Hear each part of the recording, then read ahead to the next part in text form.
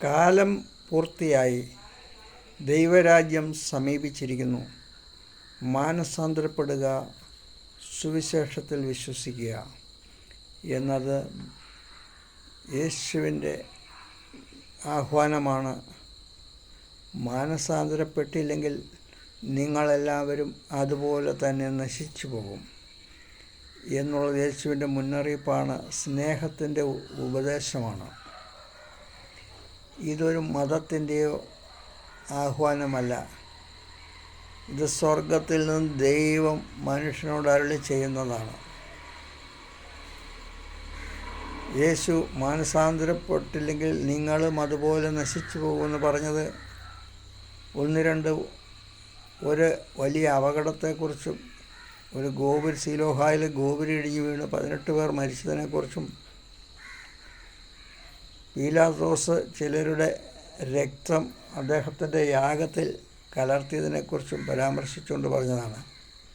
നിങ്ങളും അതുപോലെയുള്ള അനർത്ഥങ്ങളിൽ, അപകടങ്ങളിൽ, ആക്രമണങ്ങളിൽ നശിച്ചു പോകാതിരിക്കുവാൻ മനസ്സാന്തരപ്പെടുവിനെന്നാണ്. മനസ്സാന്തരപ്പെട്ടാൽ ദൈവരാജ്യത്തിൽ ദൈവപുത്രരായി തീരുവാൻ സാധിക്കും. ഇതൊന്നും മതത്തിൻ്റെ കാര്യമല്ല. മതാചാരം അനുഷ്ഠിച്ചുകൊണ്ടോ പള്ളിയിൽ പോയതുകൊണ്ടോ ഈ കാര്യം നിറവേറുന്നില്ല.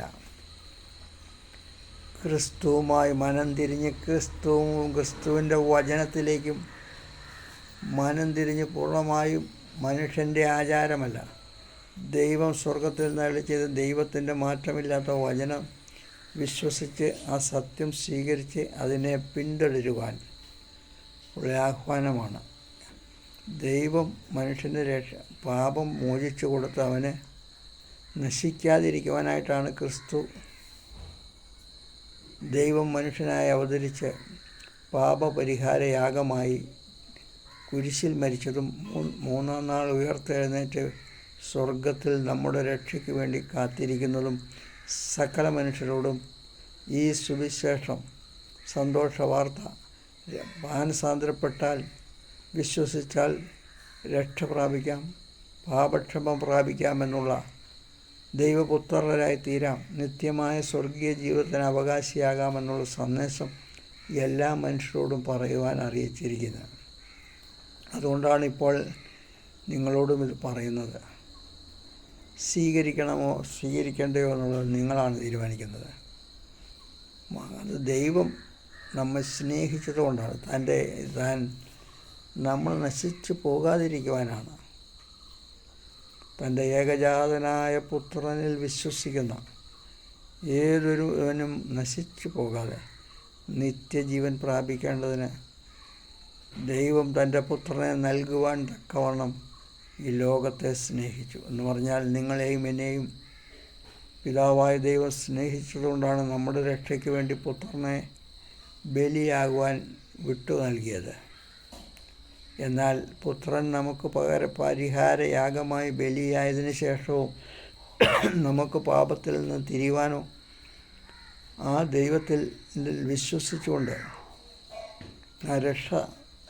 എനിക്കും ആ രക്ഷ വേണമെന്ന് സ്വീകരിക്കാനോ മനസ്സില്ലെങ്കിൽ നമ്മുടെ ഈ ലോകത്തിലെ ജീവിതവും ഇടയ്ക്ക് വെച്ച് അവസാനിപ്പിച്ച് നമ്മൾ നിത്യമായ നാശത്തിലേക്ക് പോകും എന്നുള്ള സത്യമാണ് ദൈവം മുന്നറിയിപ്പ് നൽകിയിരിക്കുന്നത്. അതുകൊണ്ട് മനം തിരിഞ്ഞ് യേശുവേ എന്നെ രക്ഷിക്കണമേ. ഈ പാപവും അതിൻ്റെ അന്ത്യം നാശവുമാണ്, നിത്യമായ വേദനയാണ്. ഇവിടുത്തെ ജീവിതം ഇടയ്ക്ക് അവസാനിക്കും എന്ന് മാത്രമല്ല, നിത്യമായ പീഡനത്തിലേക്ക് നമ്മുടെ ആത്മാവ് പ്രവേശിക്കുമെന്നുള്ളതാണ്. കാരണം പാപം നമ്മെ ദൈവത്തിൽ നിന്ന് അകറ്റിയിരിക്കുകയാണ്. We are already separated from God when we are in sin. പാപത്തിൽ ജീവിക്കുമ്പോൾ ദൈവവും ക്രിസ്തുവുമായിട്ട് നിരപ്പ് പ്രാപിക്കാത്തിടത്തോളം നാം ദൈവത്തിൽ നിന്ന് അകന്നാണ് ഇരിക്കുന്നത്. അപ്പോൾ നമ്മുടെ ആത്മാവ് ദൈവത്തിൽ നിന്ന് അകന്നാണ് ഇരിക്കുന്നത്. നമ്മെ ദൈവത്തിൽ നിന്ന് അകറ്റിയിരിക്കുന്നത് നമ്മുടെ പാപമാണ്. അപ്പോൾ അതിന് പരിഹാരം യേശു വരുത്തിയിരിക്കുമ്പോൾ ആ യേശുവിൻ്റെ രക്തം സകല പാപവും പോക്കി നമ്മെ ശുദ്ധീകരിക്കുന്നു. അപ്പോൾ ആ ശുദ്ധീകരിക്കുന്ന രക്തത്തിൽ യേശുവെ എന്നെയും ശുദ്ധീകരിക്കണമെന്ന് പറഞ്ഞ് സമർപ്പിച്ചാൽ യേശുവിൻ്റെ രക്തം നമ്മെ ശുദ്ധീകരിക്കും.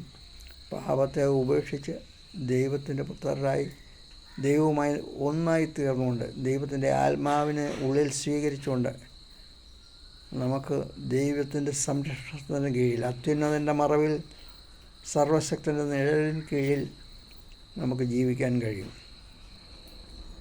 അപ്പോൾ അതുകൊണ്ട് ആ സ്നേഹത്തിൻ്റെ ആഹ്വാനം വീണ്ടും നൽകുകയാണ്. ഇന്നാണ് സുപ്രസാദകാലം, ഇന്നാണ് രക്ഷയുടെ ദിവസം. നാളത്തേക്ക് അല്ലെ പിന്നെ എന്തെങ്കിലും ആകട്ടെ, അല്ല വയസ്സാകുമ്പോൾ ചിന്തിക്കാം എന്ന് വിചാരിച്ചാൽ വയസ്സാകാനോ അവസരം ലഭിച്ചെന്ന് വരികയില്ല. അതുകൊണ്ട് ഇന്ന് ഈ സ്വരം കേൾക്കുമ്പോൾ നിങ്ങളുടെ ഹൃദയങ്ങളെ കഠിനമാക്കാതെ ദൈവമേ എന്നെ രക്ഷിക്കണമേ, യേശുവെ എന്നെ രക്ഷിക്കണമേ എന്ന് വിളിച്ചപേക്ഷിച്ചാൽ രക്ഷ പ്രാപിക്കുവാൻ സാധിക്കും.